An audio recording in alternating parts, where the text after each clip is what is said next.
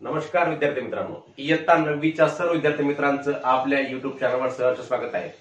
तर मुलांनो, संच या पहिल्या प्रकरणातील संकीर्ण प्रश्नसंग्रह 1 आपण बघत आहोत। या संकीर्ण प्रश्नसंग्रह 1 मधला प्रश्न 6वा व प्रश्न 7वा आपल्याला या व्हिडिओमध्ये शिकायचा आहे। पूर्वीच्या व्हिडिओमध्ये पहिले 5 प्रश्न तुम्हाला पाठवलेले आहेत मुलांनो।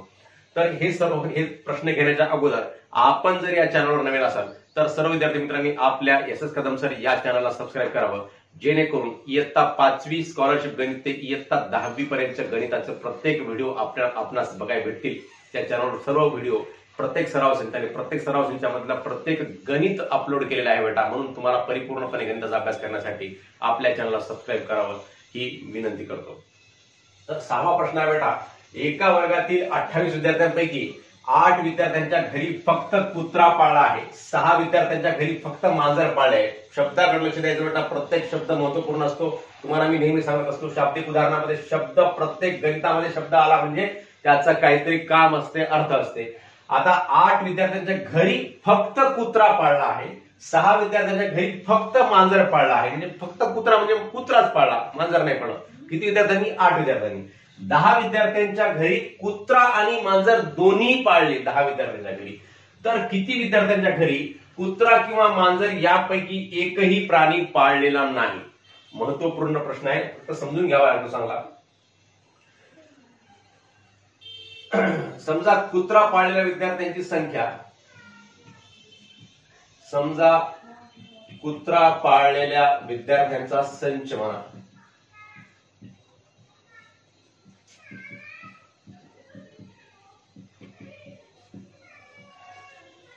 संच बरोबर ए। आता किती विद्यार्थ्यांच्या घरी फक्त कुत्रा? आता विद्यार्थ्यांचा संच, कुत्रा पाळलेल्या विद्यार्थ्यांचा संच म्हणजे यामध्ये बेटा एकतर फक्त कुत्रा पाळणारे सुद्धा आले आणि कुत्रा आणि मांजर जरी पाळला असलं तरी त्यांच्या घरी कुत्रा आहेच ना। म्हणजेच हे 8 विद्यार्थी सुद्धा याच्यामध्ये येतात आणि हे 10 विद्यार्थी सुद्धा याच्यामध्ये येतात बेटा, हे लक्षामध्ये ठेवा।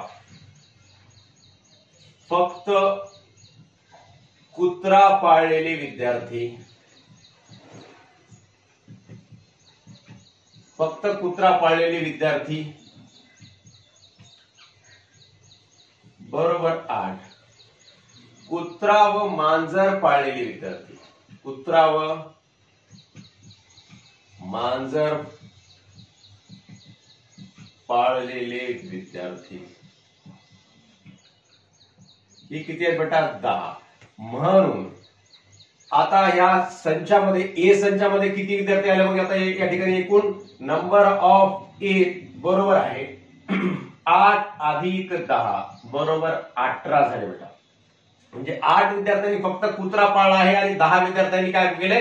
कुत्रा आणि मांजर दोन्ही पाळले, म्हणजे त्यांच्या घरी सुद्धा काय आहे? कुत्रा आहे। म्हणजेच नंबर ऑफ ए संचामध्ये हे 18 विद्यार्थी होते बेटा। तसंच कुत्रा पाळलेल्या विद्यार्थ्यांचा संच आपण 1 गृहीत धरला, मांजर पाळलेल्या विद्यार्थ्यांचा संच, मांजर पाळलेल्या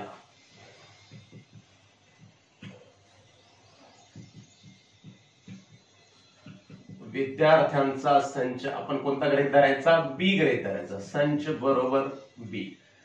आता इथं सुद्धा तसंच, फक्त मांजर पाळलेल्या विद्यार्थ्यांची संख्या किती आहे? फक्त मांजर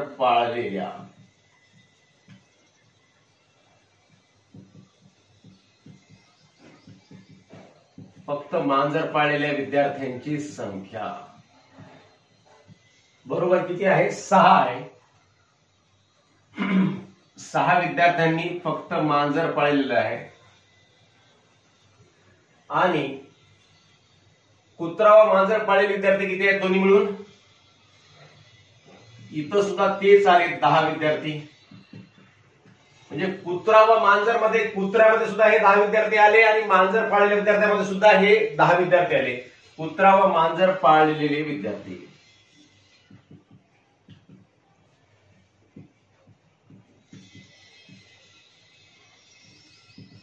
बरोबर आहे 10। म्हणून नंबर ऑफ बी, एकूण बी संच काय होईल बेटा? 6 अधिक 10 होईल। 6 अधिक 10 बरोबर 16 होईल। आता आपल्याला काय हे दोन माहिती कळाली की ए संचामध्ये किती किती विद्यार्थी आहेत? 18 आहेत. आणि बी संचामध्ये किती आहेत? 16 आहेत. मग आता 18 आहेत आणि हे 16 आहेत. आता आपल्याला काय करायचं आहे? 10 विद्यार्थ्यांच्या घरी कुत्रा आणि मांजर दोन्ही पाळलेले आहेत. हे दोन्ही पाळलेले आहेत, यांचा समावेश कशामध्ये होतो बेटा? नंबर ऑफ ए छेद बी दोन्ही मध्ये असले कुत्रा आणि मांजर. आणि जेव्हा येतो, आणि हा शब्द येतो तेव्हा ते कशामध्ये असतो? दोन्ही मध्ये असतात, म्हणजे तो छेद संच असतो. आणि शब्द किंवा दोन्ही शब्द जेव्हा असतो तेव्हा तो काय असतो? छेद संच असतो. म्हणजेच नंबर ऑफ ए छेद बी बरोबर किती? 10. तर किती विद्यार्थ्यांच्या घरी कुत्रा किंवा मांजर यापैकी एकही प्राणी पाळलेला नाही? मग कुत्रा किंवा मांजर पाळलेले आपल्या या ठिकाणी काढावे लागतील. म्हणजे एकतर कुत्रा पाळलेला असू द्या किंवा मांजर पाळलेला असू द्या, यापैकी अगोदर काढायचं कुत्रा किंवा मांजर पाळलेले. याला काय म्हणायचं? किंवा मांजर म्हणले किंवा आले काय होते? मग ते संयोग होते. नंबर ऑफ ए संयोग बी बरोबर किती? हे काढायचं. आणि नंतर काढायचं आपल्याला कोणताही प्राणी न पाळलेले विद्यार्थी काढायचे. मग आता हे काढायचं असेल तर अगोदर सूत्र लिहून घेऊयात. नंबर ऑफ ए संयोग बी बरोबर आहे नंबर ऑफ ए अधिक नंबर ऑफ बी वजा नंबर ऑफ ए छेद बी. हे सूत्र लिहिलं आणि या सूत्रामध्ये आता काय करू बेटा? आपण किमती ठेवूयात आणि उत्तर काढूयात. नंबर ऑफ ए संयोग बी आपल्याला अगोदर काढावं लागेल. म्हणून नंबर ऑफ ए संयोग बी बरोबर आहे. नंबर ऑफ ए किती आहे बेटा? 18 आहे. आणि नंबर ऑफ बी किती आहे? 16 आहे. आणि नंबर ऑफ ए छेद बी किती आहे? 10 आहे. बरोबर आहे. 18 अधिक 16 वजा 10. 8 आणि 6 14ला 4 हाताला 1 1 1 2 2 1 3 34 वजा 10 बरोबर आहे 24. म्हणजेच कुत्रा आणि मांजर पाळलेले, कुत्रा किंवा मांजर पाळलेले विद्यार्थी, कुत्रा किंवा मांजर दोन्हीपैकी काही एक तरी असेल किंवा दोन्हीपैकी दोन्ही असतील, काही जरी पाळलेले असतील तर हे संयोग संच आपल्या या ठिकाणी प्राप्त झाला. म्हणून कुत्रा किंवा मांजर पाळलेले विद्यार्थी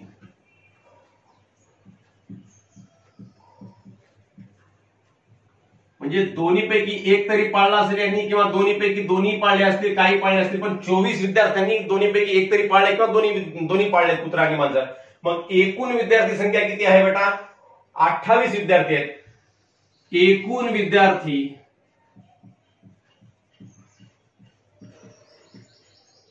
विद्यार्थी बरोबर किती आहेत? 28. म्हणून कुत्रा किंवा मांजर यापैकी एकही प्राणी न पाळलेले विद्यार्थी, कुत्रा किंवा मांजर यांपैकी एकही प्राणी न पाळलेले विद्यार्थी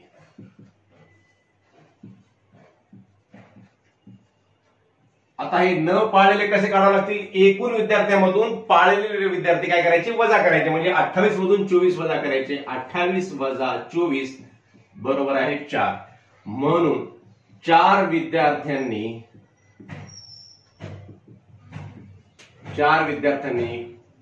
कुत्रा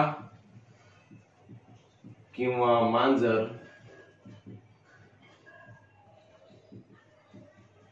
यांपैकी एकही प्राणी पाळलेले नाही. मग 4 विद्यार्थी असे निघालेले आहेत बेटा. समजून घ्यायचा प्रश्न काय सांगितला होता? फक्त कुत्रा पाळलेले विद्यार्थी 8 विद्यार्थी आहेत. मग कुत्रा व मांजर पाळलेले म्हणजे दोन्ही मिळून याचा समावेश होतो या एका संचामध्ये. म्हणून 8 अधिक 10 बरोबर किती केलं? 18 केलं. फक्त मांजर पाळलेले विद्यार्थी काय आहेत? 6 विद्यार्थी आहेत. आणि कुत्रा व मांजर पाळलेले म्हणजे याच्यामध्ये सुद्धा मांजर आलं, याच्यामध्ये सुद्धा मांजर आलं, म्हणून हे किती आले? 6 अधिक 10 म्हणजे किती झाले? हे 16 झाले. म्हणजेच number of A 18, number of B किती झालं? 16 झालं. कुत्रा आणि मांजर दोन्ही सांगितलंय, कुत्रा आणि मांजर, आणि म्हणले की कुत्रा आणि मांजर दोन्ही म्हणले काय आलं? ते छेद संचाला, म्हणजे नंबर ऑफ ए छेद संच बी, ए छेद बी बरोबर आहे 10 आलं या ठिकाणी. मग नंबर ऑफ ए संयोग बी किती येईल? मग आता या ठिकाणी नंबर ऑफ ए संयोग बी आपल्याला अगोदर काढावं लागतं, म्हणजे कुत्रा किंवा मांजर दोन्ही पाळलेले अगोदर काढायचे. मग दोन्ही पाळलेले निघाले, एकूण विद्यार्थी सांगितले, मग एकूण विद्यार्थ्यांमधून दोन्ही पाळलेले विद्यार्थी काय केले? वजा केले, म्हणजे 28 वजा 24 केलं तर 4 हे उत्तर आलेले आहे बेटा. अशा प्रकारे आपण 6वा प्रश्न सोडवलेला आहे. लगेच आपण 7वा प्रश्न सोडूयात. तर मुलांनो या ठिकाणी 7वा प्रश्न आहे, पुढील प्रत्येक उदाहरणातील संचांचा छेद संच बेन आकृतीच्या सहाय्याने दाखवा. आता या संचांचा छेद संच दाखवायचा बेटा आपल्याला. छेद संच म्हणजे दोन संचांच्या मधला जो भाग असतो, दोन संच ज्या ठिकाणी एकमेकांना छेदतात व दोन्ही संचामध्ये जो भाग कॉमन असतो, दोन्ही संचामध्ये समावेश होतो. या संचामध्ये सुद्धा समावेश होतो आणि दुसऱ्या संचामध्ये सुद्धा याचा समावेश होत असतो. दोन्ही संचामध्ये अशा प्रकारच्या संचांचा या ठिकाणी समावेश होत असतो. मग असा आपण या ठिकाणी छेद संच काढलेला आहे. ए बरोबर 3, 4, 5, 7. ए या संचामध्ये कोणकोणते अंक आहेत? 3, 4, 5, 7 आहेत. आणि बी या संचामध्ये कोणकोणते अंक आहेत? 3, 4 आणि 8 आहेत. मग या संचाला आपण ए नाव देऊयात आणि या संचाला आपण बी नाव देऊयात बेटा. मग आता ए संचामध्ये कोणते कोणते अंक आहेत आणि बी संचामध्ये कोणकोणते अंक आहेत त्यांचा आपण समावेश करून घ्यायचा या ठिकाणी. मग 3, 4, 5 आणि 7 दोन्ही मध्ये कॉमन कोणता भाग आहे, कोणता अंक आहे? दोन्ही मध्ये 4, 3 आणि 4 हे दोन्ही मध्ये आहेत, 3 आणि 4. मग जे कॉमन आहे ते अगोदर यामध्ये छेद संचामध्ये काढून घ्यायचं, 3 आणि 4. मग आता या ठिकाणी 5 आणि 7 काढा आणि इकडे काय काढा? फक्त 8 काढा बेटा, झालं काम आपलं. म्हणजे अशा प्रकारे काढायचं. अतिशय सोपा भाग आहे, तुम्हाला सर्वांना निश्चितपणे समजला असेल. तर जो अंक कॉमन आहे दोन्ही संचामध्ये त्याला मध्ये काढायचं. त्या दोघांच्या दोन वर्तुळांच्या ज्या ठिकाणी दोन वर्तुळ एकमेकांना छेदलेले आहेत तर दोन वर्तुळांचा जो कॉमन भाग आहे, छेदलेला भाग, त्यामध्ये आपल्याला हे जे कॉमन अंक आहेत 3 आणि 4 दोन्ही मध्ये आहेत, 3 आणि 4 याला मध्ये काढलं आणि हे 5, 7 इकडे काढलं ए संचामध्ये आणि बी संचामध्ये इकडे फक्त 8 काढलं. तर त्याच प्रकारे दुसऱ्या उदाहरणामध्ये पी बरोबर आहे. पी संचामध्ये काय काय आहे? या ठिकाणी A B C D E F आणि क्यू संचामध्ये काय काय सांगितलेलं आहे? L M N E B. आता याच्यामध्ये कॉमन काय आहे बेटा? ए आहे का? इकडे नाही आहे. बी आहे का? तर बी आहे. नंतर सी आहे का? नाही आहे. डी आहे का? नाही आहे. ई आहे का? ई सुद्धा आहे. म्हणजे ई आणि बी हे दोन अक्षर कसे आहेत? दोन्ही संचामध्ये आहेत, म्हणून यांना कुठे घ्यायचं? या कॉमन संचामध्ये मधल्या छेद संचामध्ये घ्यायचं. याला म्हणतात छेद संच. मग आता इकडे बाकीचे कोणते घ्यायचे? ए सी डी आणि एफ. ए सी डी आणि एफ यांना इकडे घेतलं बाकी पी संचामध्ये. आणि क्यू संचामध्ये एल एम एन यांना इकडे बाजूला घेतलं, एल एम आणि एन. बी आणि ई हा काय आहे? छेद संच आहे. संच पी छेद क्यू चा भाग कोणता आहे? मग संच पी छेद क्यू कोणता आहे? बी आणि ई आहे. अशा प्रकारे आपण या ठिकाणी समजून घ्यायचं. आता पुढचा भाग आहे यक्स. हा अशा यक्सचा संच आहे की यक्स ही 80 व 100 यांच्या दरम्यानची मूळ संख्या आहे. मग आता 80 हा संच आपण काय करू बेटा? अगोदर यादी पद्धतीने लिहून घेऊ. 80 व 100 यांच्या दरम्यानची मूळ संख्या. 80 पासून ते 100 पर्यंतच्या संख्येमध्ये मूळ संख्या कोणत्या कोणत्या आहेत? 81, 82 मूळ संख्या नाही. मूळ संख्या म्हणजे काय? ज्या संख्येला 1 व तीच संख्या या दोन्हीनेच भाग जातो, इतर कोणत्याही संख्येने भाग जात नाही, अशा संख्येला मूळ संख्या म्हणतात. मग 80च्या पुढची मूळ संख्या कोणती आहे? 81 नाही, 82 नाही, तर पहिली आहे 83.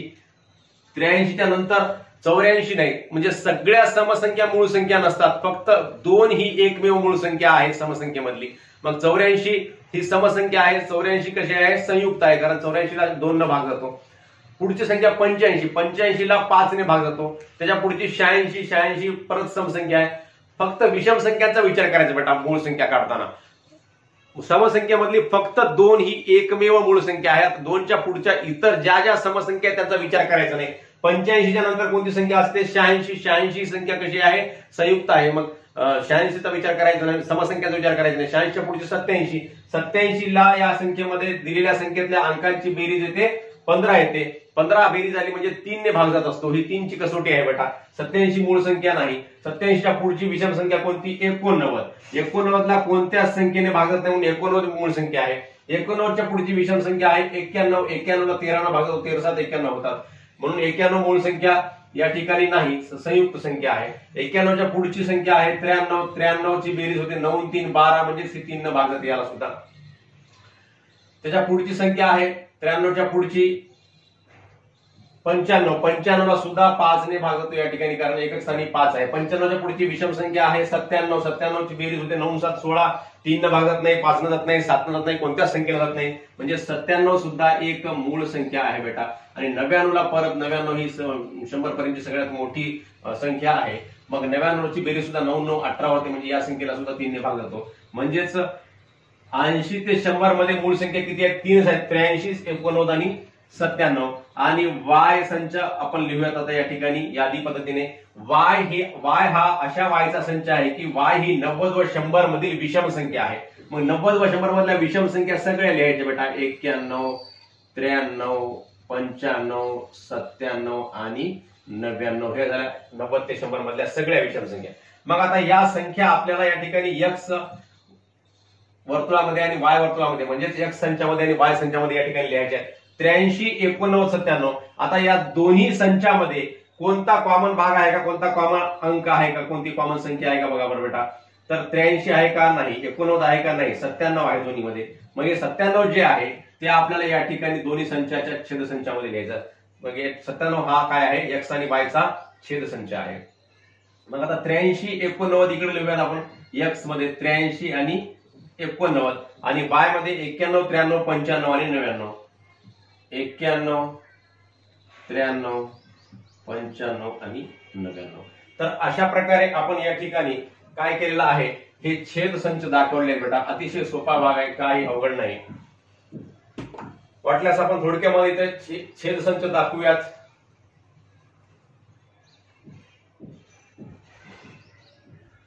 यादी पद्धतीने दाखवूयात. ए छेद बी बरोबर आहे काय आले या ठिकाणी? 3,4 आलेला आहे. आणि इथं काय आहे? पी छेद क्यू बरोबर आहे. पी छेद क्यू बरोबर आहे बी ई.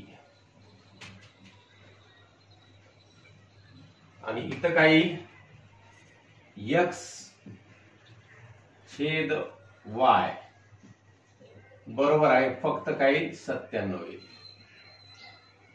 अशा प्रकारचं या ठिकाणी छेद संच दाखवायचा असतो. म्हणजे जो कॉमन भाग आहे दोन्ही संचामध्ये येणाऱ्या भागाला दोन वर्तुळाचा ज्या ठिकाणी छेद आहे, ज्या ठिकाणी दोन वर्तुळ छेदल्यानंतर मध्ये जागा रिकामी असते त्या ठिकाणी आपण असं दाखवलेलं आहे बेटा. तर अशा प्रकारे आपण प्रश्न 7वा सोडवलेला आहे. तर आपण पुढील व्हिडिओमध्ये बघूयात. आपणा सर्वांना हा व्हिडिओ आवडल्यास नक्की आपल्या मित्रांना शेअर करा व व्हिडिओवर लाईक कमेंट सुद्धा अवश्य करा. धन्यवाद.